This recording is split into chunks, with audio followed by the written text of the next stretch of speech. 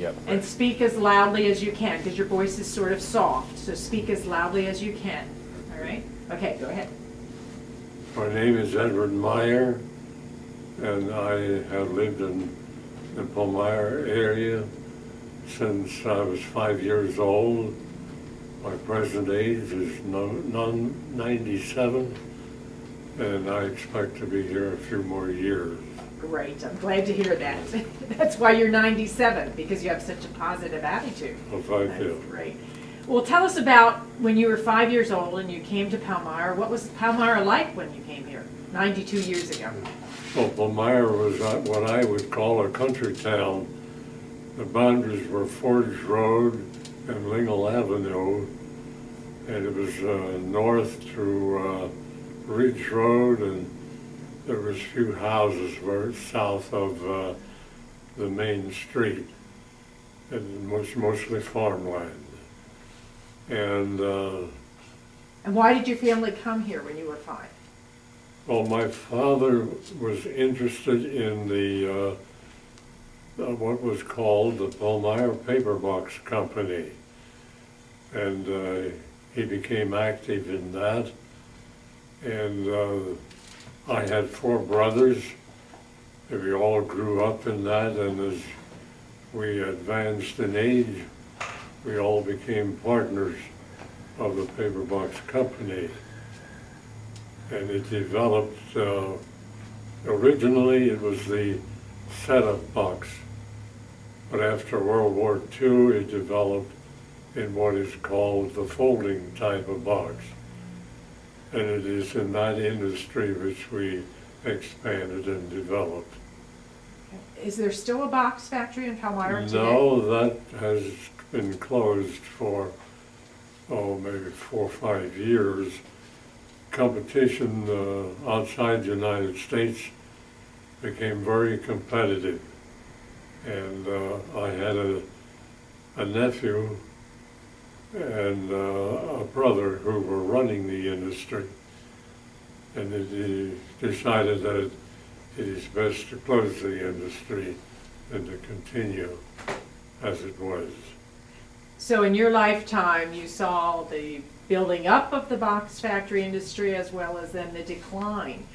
Yeah, so we went in the original building, which was a wooden building, and then after the expansion we built a block building and had all of the printing and cutting equipment necessary to produce folding boxes. And this was over on, you said Front Street, which is facing the railroad. On Front Street, yes. Okay, excellent. Palmyra, in the time that you've lived here, in the 92 years that you've lived here, Palmyra saw a number of industries like that. The shoe factory industry grew and then declined again. Declined.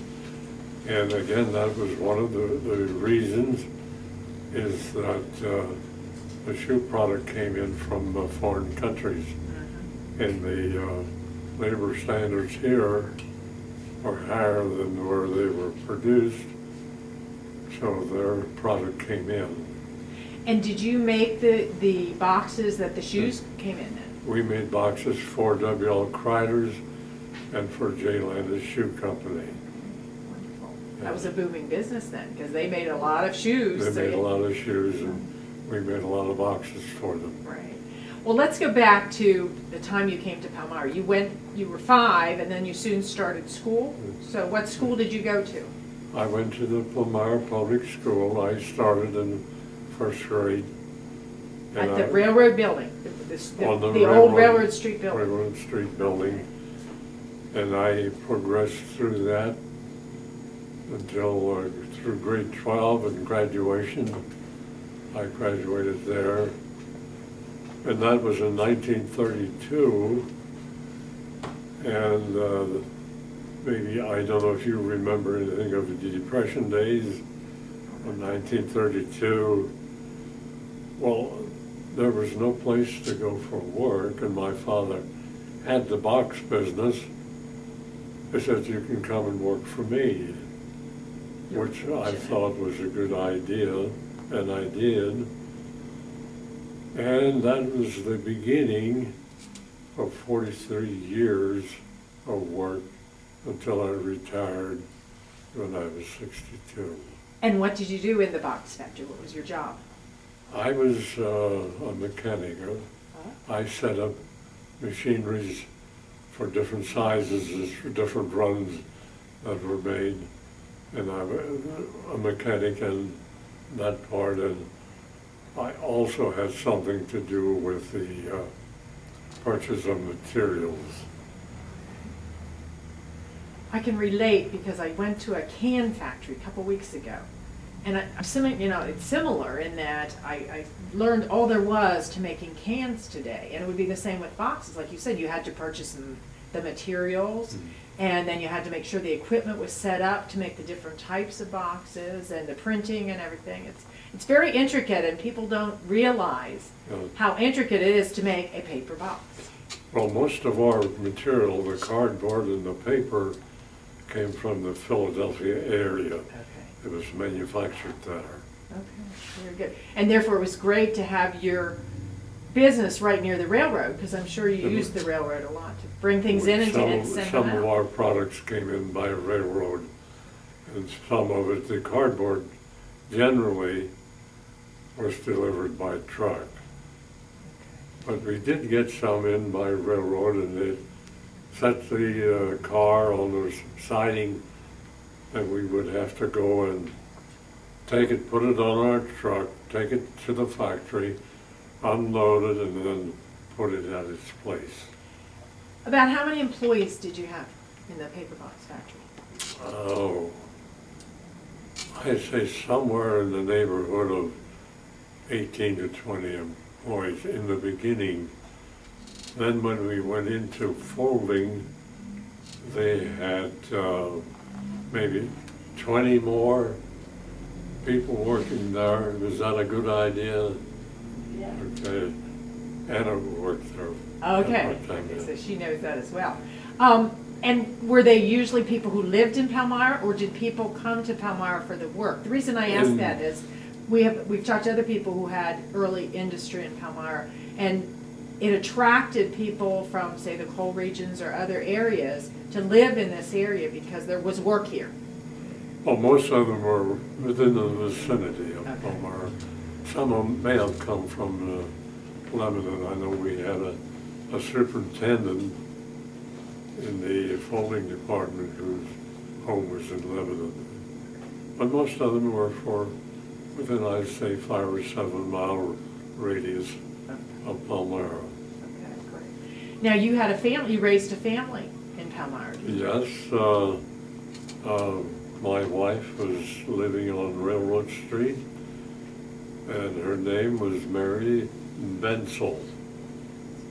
And her father was John Bensel, who had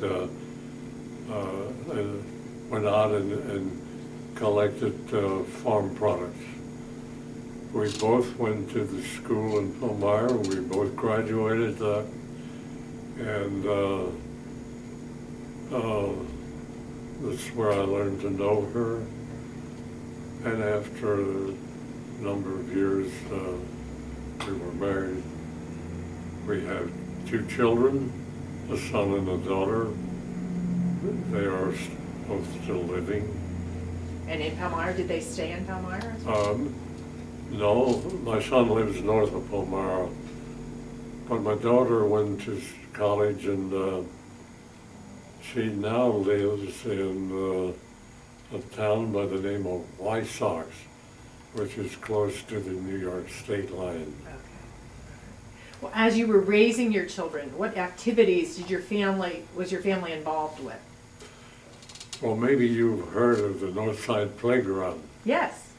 It was primarily through my wife and neighbors. We lived on North Chester Street, and this is how the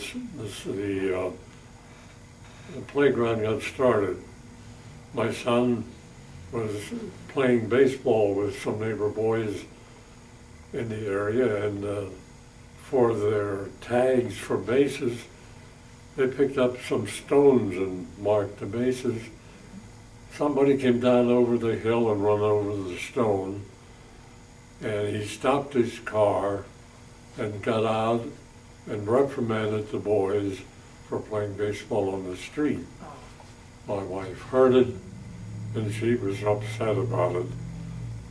So she had a neighborhood gathering, and they decided if it was possible to have a playground north of the railroad tracks. So a lot of going out and interesting people in the project. We set up different functions and raised money. We bought the land, and we had programs there. We bought the material for the playground, and everything was put together. And that took, I think, maybe a matter of 10 years. Yeah, that's a big project. And in what time, in what decade was that? Oh my golly.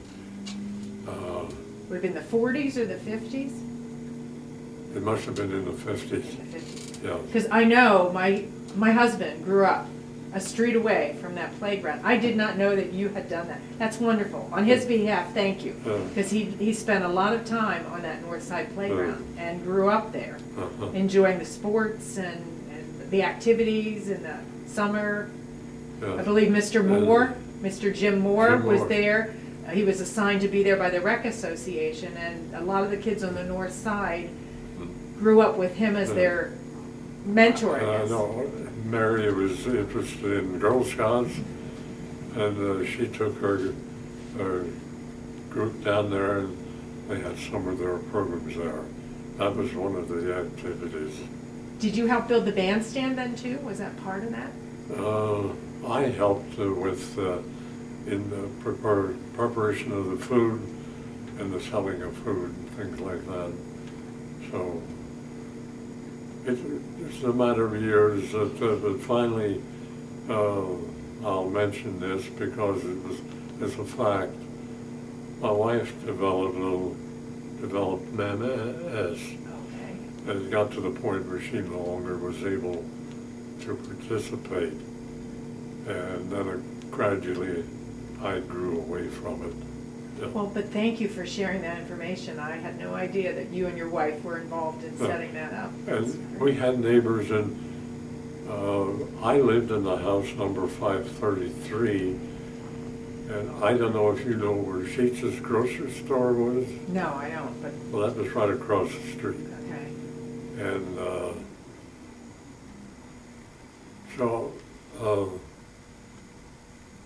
we lost interest in it.